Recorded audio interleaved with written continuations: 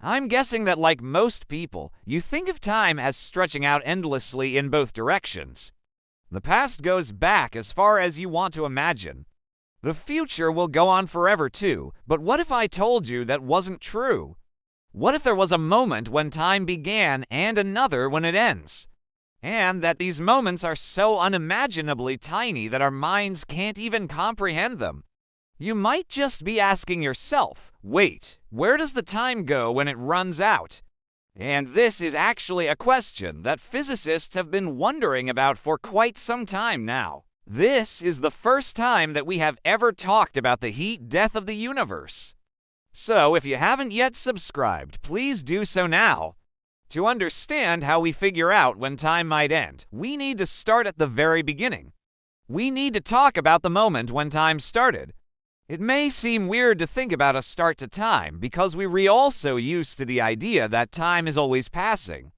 The sun is always getting a little bit older. Galaxies are always moving through space. But according to our best understanding of physics, time didn't always exist. There was a moment, one single moment, roughly 13.8 billion years ago when everything in the universe started. It's known as the Big Bang, and the Big Bang was hot, very, very hot. It was also incredibly dense, so much so that density isn't even a meaningful way to describe it. And finally, it was also impossibly small, so small that again size doesn't mean anything. Everything was literally compressed to zero volume. Now, those properties aren't important for our purposes today, but they are important because the instant right after the Big Bang, the universe changed. It expanded, cooled, and became less dense. In other words, time began. The first instant of time, the moment that separates existence from non-existence, is what we call Planck time, which lasts for a duration of 5.39 times 10 to the negative 43 seconds. It has a duration so short that it is basically impossible for any of us to wrap our minds around. 1 Planck time is 1/1,000,000th of 1/1,000,000th of 1/1,000,000th of 1 second. So the first moment of time lasted for a duration that we can't even really fathom. It makes sense that we have such a hard time understanding Planck time because it represents a moment when the rules of physics as we know them broke down. Our current theories, Einstein's general relativity and quantum mechanics, can't both be true at the same time. They contradict each other. And that contradiction exists because of the uncertainty principle introduced by Werner Heisenberg in 1927. The uncertainty principle says that we cannot know both the position and momentum of an object with perfect accuracy. The more precisely we measure one, the less precisely we can know the other. Well, at the moment of the Big Bang, all the matter in the universe was compressed into a point, meaning it had zero volume and infinite density. That means that the particles would have to have known positions and therefore known momentum, which contradicts the uncertainty principle. That means that our current laws of physics are broken at this moment. This is the reason that we call Planck time the first moment. It marks the transition from nothing to something. It is the moment when space and time began and the laws of physics as we know them took hold. But it also means that we don't actually know what happened in the first moment, or rather that we don't know what happened in the first moment. This is why physicists say that time starts at the Planck time. It's not because they think that time literally couldn't start before then, but because they don't know of any way to describe a moment before then using our current theories. Now, here's the thing. The reason that we were able to calculate the duration of the first moment was because we assumed that the laws of physics continued to function normally. We assumed that gravity worked like Einstein said it should, and we assumed that quantum mechanics worked like Heisenberg said it should.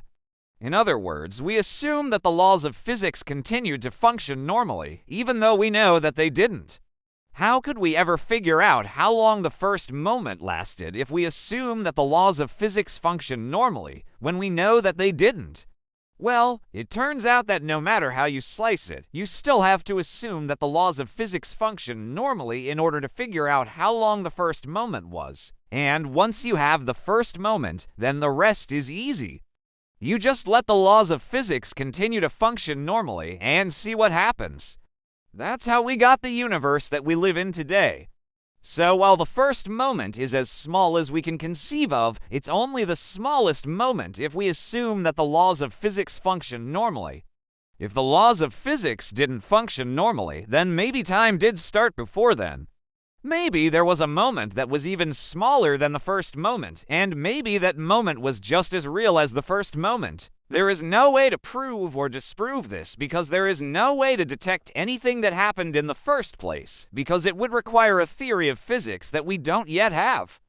But that doesn't mean that it's not a fascinating topic to speculate about. In fact, the whole question of what happened in the first moment of time is the basis of a new research project, one that could eventually lead to a new theory of physics. A group of researchers at the University of New Mexico led by physicist Alok Chandra has received a grant from the National Science Foundation to study what exactly happened in the first moment of time. Now, of course, they won't literally be studying it. They won't go back in time and take notes. Instead, they will be looking for evidence of what happened in the first moment in places around the universe where the laws of physics still function abnormally. And they are hoping that this will give them clues as to what happened in the first moment of time. In a press release, Chandra said, "We hope to learn about what happened at the beginning of our universe by looking at systems that are very similar to the early stages of the universe, but that are still around today. In particular, the team will be looking at black holes and neutron stars. Both are places where gravity is strong enough to break the laws of physics as we normally understand them. Black holes are so dense that gravity pulls everything inside of them together into a point. This means that the laws of physics break down at the center of every black hole, just like they did at the center of the Big Bang. The difference is that unlike the Big Bang, which happened once and then stopped, this process is happening continuously. Every second, matter is being pulled into the center of black holes, which means that there are places in black holes where the laws of physics function in ways that we can't even imagine. Now, here's the thing. We actually already know that this is happening because we've seen matter disappear into black holes and never come out. This means that whatever happened to that matter, it didn't follow the normal laws of physics. So black holes are places where we can observe the breakdown of physics as we know it. And this could give us clues as to what happened in the first moment. The team will also be studying neutron stars, which are the remains of dead stars that have collapsed under their own gravity. Because they're so dense, the matter inside them is incredibly hot, which means that quantum effects are significant. Neutron stars are places where we can observe physics functioning in unusual ways because of the extreme conditions. And this could tell us whether or not the laws of physics function normally in the first moment. Now, obviously, this research is still a long way off, but it is an interesting example of how physicists are trying to piece together the story of our universe. They are looking for clues in places around the universe where physics seems to stop working and trying to use those clues to fill in the gaps in our understanding. So while we may never know exactly what happened in the first moment of time, we can be sure that physicists will continue to try to find out. Maybe someday soon, we'll get to add the first moments to our list of the biggest mysteries of the universe. But now we need to talk about the last moment. I've made videos about the heat death of the universe before. The gist of it is that one day stars will run out of fuel and die, and the universe will begin to cool down. Eventually, there will be no more stars in the night sky. The sun will be a red dwarf. Earth will be lifeless. All that will remain is cold, dark matter drifting through endless empty space. This is what we call heat death. It is the end of the universe and the end of time. At least that is if we assume that physics continues to function normally. If physics doesn't function normally, then maybe the heat death won't be the end of time. Maybe time will keep going forever, which brings us back to the question that I posed at the beginning of this video. If time doesn't end at the heat death, where does it go? Well, unfortunately, we don't know the answer to that question. We don't know what happens in the first moment, and we don't know what happens in the last moment.